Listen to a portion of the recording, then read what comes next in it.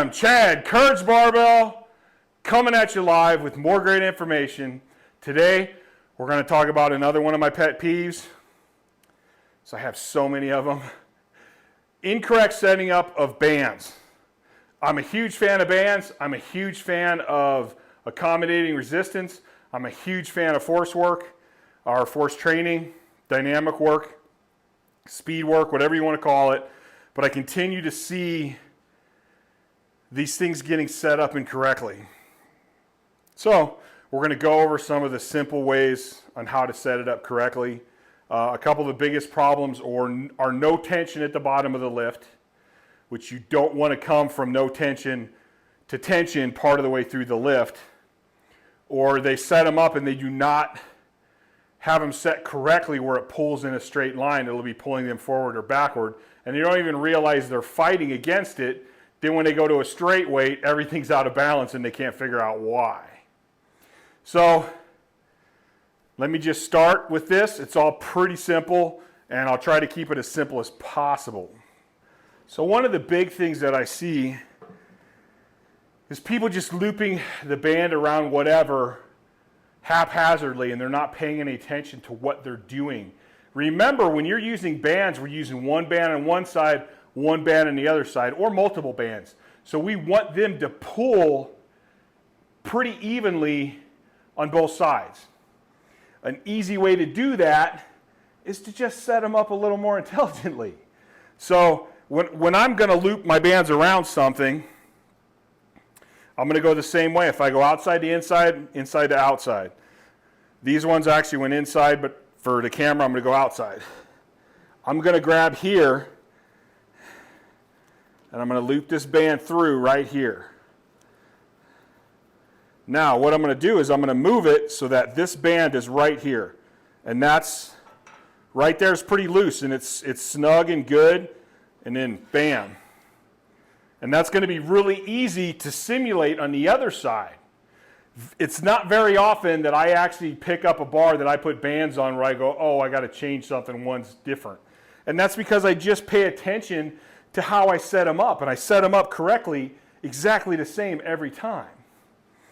Okay, so one of the other big things is not having any tension at the bottom, or like you'll see people squat, and before they even say they're box squatting, before they even get to the box or before they hit depth in a squat, the band goes completely loose. So then the first couple inches when they come up, there's no tension at all.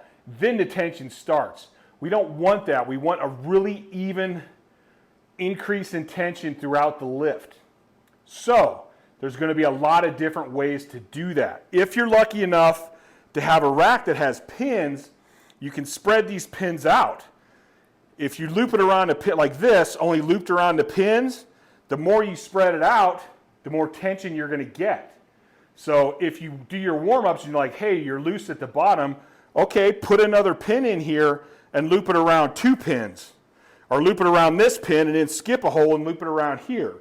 What I did here, because I just have a regular rack, I don't have the pinholes, I will move this safety bar up higher to give me a higher loop up here and give me more tension. So with some of my shorter females, I may put the safety pin 2 more holes higher and loop it around that whole distance here, which is going to increase more tension. I've also done things where I'll tape a 2x4 to here or a 4x4. So then if I'm just looping it around the bottom of the rack and I'm not using the safety pins, which you might, if you're using these for heavy, you might want to keep the safety pins for safety. So I have multiple sets, so I don't care. You might want to put a block here, like tape the block to it. So again, that spreads out where the band is wrapped. It's going to pull the tension down. Be creative. It doesn't really matter how you hook it up. All that matters is that you're getting some tension at the bottom and you get more tension at the top. You can increase the tension depending on the bands that you want. Multiple bands, thicker bands, whatever, that's easy. But the setup and having the tension gradually grow from the bottom to the top is what's important. So another one, say you're really close to You get almost to parallel to the box and it just barely loosens up, and you just need to take a little stretch out of this band so you have tension through the whole lift. All you got to do is choke a band. So basically you're going to grab it here and just come around right there, and then, so right there you go. Another big mistake I see is placement where the band is and where your body is. So I need these bands to be far enough away from this post that I can place my foot there. And what I want is I want this bottom of the band basically to hit right here at the front of my ankle. If I come like this and I'm squatting like this, that band's going to want to pull me forward. If I have my feet here, then I'm going to be squatting and I'm going to have to squat back against the band. I want a very straight pull, a very straight line. So I'm a shin straight up and down squatter. This band should stay straight up and down on my shins and be just barely in front of my shin the whole time. So get under here and see if that happens.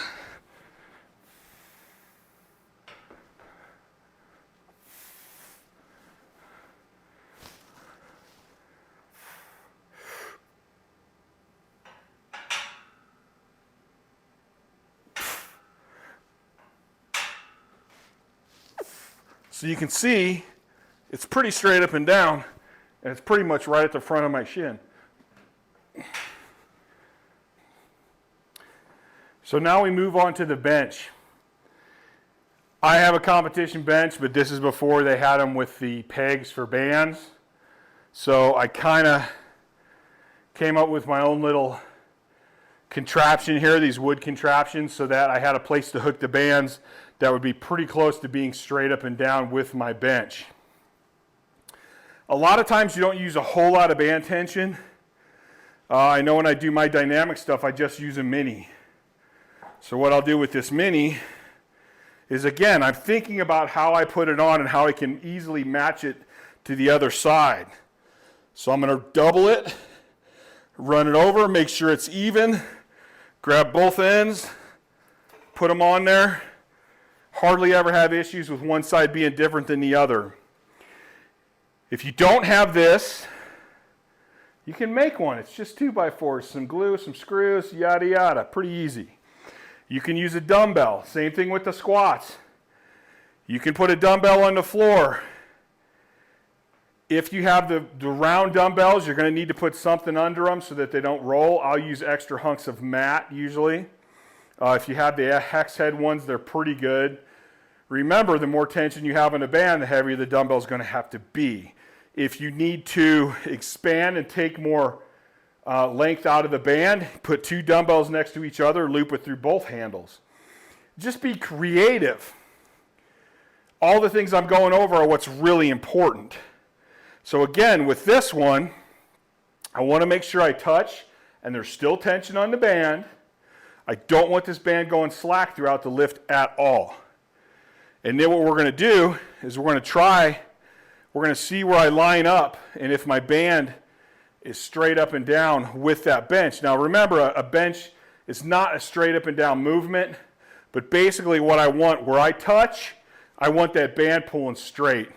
And then when I come up at a little bit of an arc, you know, it's going to be a little bit different, but with this setup, I'm going to be pretty close. All right, my camera angle might be a little bit funny here.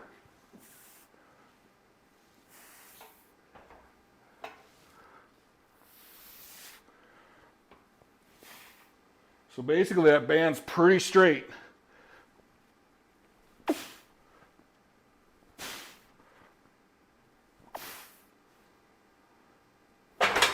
And you see there's no tension comes off at the bottom. There's tension the whole way.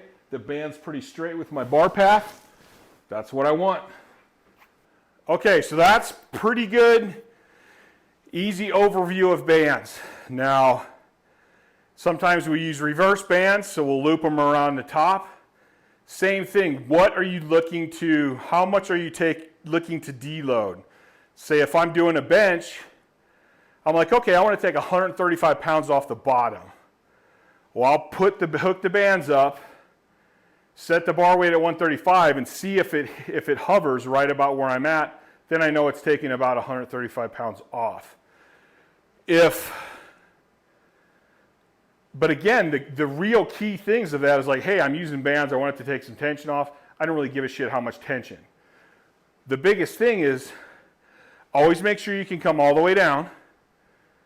And then like at the top, you don't want any slack out of the band. You still want tension at the top, and then smooth tension all the way down, smooth tension all the way up. You also don't want to set that band up. If I'm benching like this, I don't want to set the band way up here where it's pulling it back this way. And I don't want to set it way down here where it's pulling this way. I want it to pull in a nice straight line.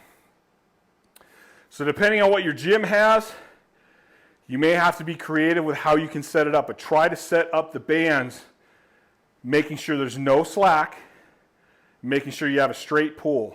You don't want to get in the habit of having a band pull you either forward or backward, and you're fighting that. Minus like seated good mornings. I do have some exercises where I do this intentionally, but if I do a band intentional where I'm trying to pull against it, it's like extreme. And that's pretty much it. I would say with the bands, like for dynamic work, I pretty much use a doubled mini almost all the time. Even when I was benching 900 pounds, I still did most of my, I think I was using a double mini at that time.